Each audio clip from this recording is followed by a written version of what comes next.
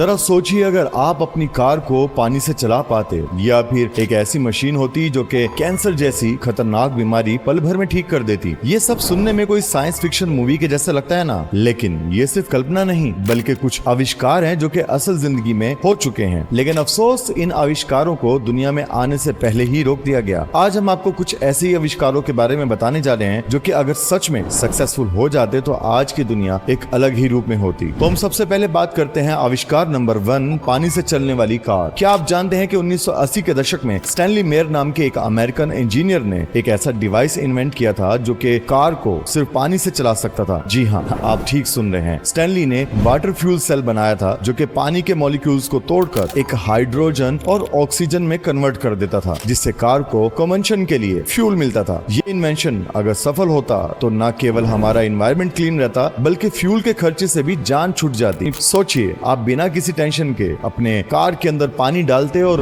Long drive पे निकल जाते। लेकिन जब ये इन्वेंशन दुनिया के सामने आया तो कुछ बड़ी ऑयल कंपनीज और साइंटिस्ट ने इस पर सवाल उठाना शुरू कर दिए। कुछ लोगों ने इसे फ्रॉड बताया, लेकिन स्टैनली अपनी बात पर कायम रहे। फिर 1998 में एक दिन स्टैनली अपने दोस्तों के साथ डिनर कर रहे थे। अचानक उनके गले में एक तेज दर्द हुआ और वो वहीं गिर गए। डॉक्टर्स ने कहा कि उनकी मौत विंड पाइप के अंदर खाना टकने से हुई थी, लेकिन स्टैनली के दोस्तों और परिवार का मानना था कि उनको जहर देके मारा गया था। उनका इन्वेंशन उनके साथ ही चला गया और दुनिया आज भी पानी से चलने वाली कार के सिर्फ सपने ही देख सकती है। तो आप बताइए, आपको क्या लगता है कि स्टैनली को सच में मारा गया या फिर वो कोई एक खाना खाने की वजह से कोई दुर्घटना थी? तो चलिए चलते हैं अपने सेकंड इन्वेंशन में जो कि है कैंसर का इलाज। कैंसर एक ऐसी बीमारी है जो कि आज भी दुनिया भर में हर साल लाखों लोगों की जान ले लेती है। लेकिन क्या आपको पता है 1930 के दशक में रॉयल रेमंड राइफ के नाम से एक साइंटिस्ट ने एक ऐसी मशीन बनाई थी जो कि कैंसर के सेल को खत्म कर देती थी। जी हाँ,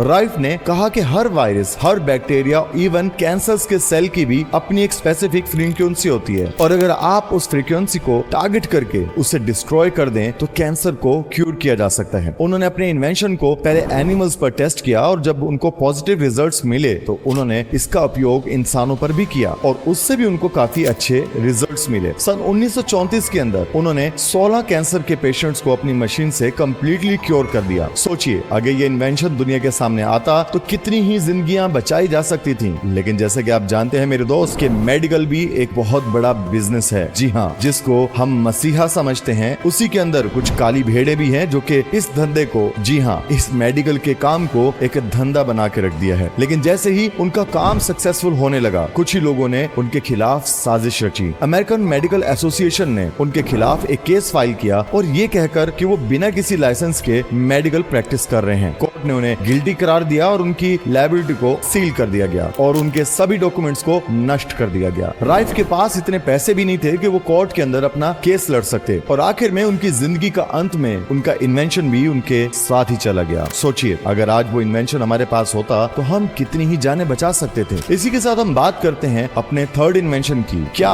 1 गैलन फ्यूल से 150 किलोमीटर गाड़ी चलाई जा सकती है? दोस्तों, पेट्रोल और डीजल के दाम आज आसमान को छू रहे हैं, लेकिन सोचिए अगर एक ऐसा कार्बोरेटर होता जो कि सिर्फ 1 गैलन फ्यूल से आपकी कार को 150 किलोमीटर चलाता। जी हाँ, 1970 के दशक में टॉम ओगल नाम से एक मैकेनिक ने ऐसा ही एक वेपर फ्यूल सिस्टम बनाया जो कि ये कर सकता था। टॉम ने अपनी पूरी कार का ट्रेडिशनल फ्यूल सिस्टम को ही रिप्लेस कर दिया, एक नए वेपराइज सिस्टम को बनाया जिससे फ्यूल की एफिशिएंसी में बहुत ही ज्यादा बढ़ोतरी होती थी। इस इन्वेंशन के बारे में जानने के बाद दुनिया भर के साइंटिस्ट हैरान रह गए। मीडिया में टॉम ओगल की बहुत तारीफ होने लगी, लेकिन उसके कुछ ही सालों के बाद 1981 के अंदर उनकी सिर्फ 37 साल की उम्र में ही रहस्यमय तरीके से मौत हो गई। कुछ लोगों का कहना था कि उन्हें पेट्रोल कंपनीज या ऑयल कंपनीज के बड़े ऑनर्स ने उनको मरवा दिया, क्योंकि उनका ये इन्वेंशन इन कंपनीज के लिए बहुत बड़ा खतरा बन सकता था। उनके बाद उनके इन्वेंशन पर किसी ने आगे बढ़कर ना तो रिसर्च की और ना ही आज तक किसी ने उनके इन्वेंशन को आगे आकर दोबारा बनाने की कोशिश की और आज तक हम वही पुराने फ्यूल सिस्टम्स पर अपनी कार चलाने पर मजबूर हैं। तो 150 किलोमीटर सिर्फ 1 गैलन में चलाने का सपना छोड़ दो मेरे दोस्त। यहाँ पे इन्वेंशन नंबर 4 है वायरलेस एनर्जी का प्रोजेक्ट। जी हाँ, निकोला टेस्ला, जिन्होंने इलेक्ट्रिसिटी की फील्ड में इतने सारे इन्वेंशन इन्वेंशन किए, आज हम उनके बिना जिंदगी सोच भी नहीं सकते थे। लेकिन क्या आप जानते हैं कि उन्होंने एक प्रोजेक्ट पर काम शुरू किया था जिससे दुनिया को बिना किसी वायर के फ्री इलेक्ट्रिसिटी मिल सकती थी। टेस्ला का मानना था कि प्रकृति के अंदर इतनी एनर्जी रिसोर्स हैं कि अगर हम अच्छे से उसको इस्तेमाल करें तो पूरी दुनिया के अंदर फ्री में एनर्जी मिल सकती है। टेस्ला ने अपने इस प्रोजेक्ट के लिए न्यूयॉर्क के अंदर एक वार्डनक्लिफ टावर भी बनाया था जिससे ये एनर्जी पूरी दुनिया में भेजी जा सकती थी। लेकिन जब फाइनेंसर जेपी मॉर्गन को ये पता चला कि ये एनर्जी फ्री है तो उन्होंने तुरंत ही इस प्रोजेक्ट से अपनी फंडिंग रोक दी, क्योंकि इस प्रोजेक्ट को फंड कर रहे थे खुद जेपी मॉर्गन, और जेपी मॉर्गन भी इलेक्ट्रिसिटी के फील्ड में काफी जाने माने थे। उनका मानना था कि अगर ये एनर्जी फ्री हो गई तो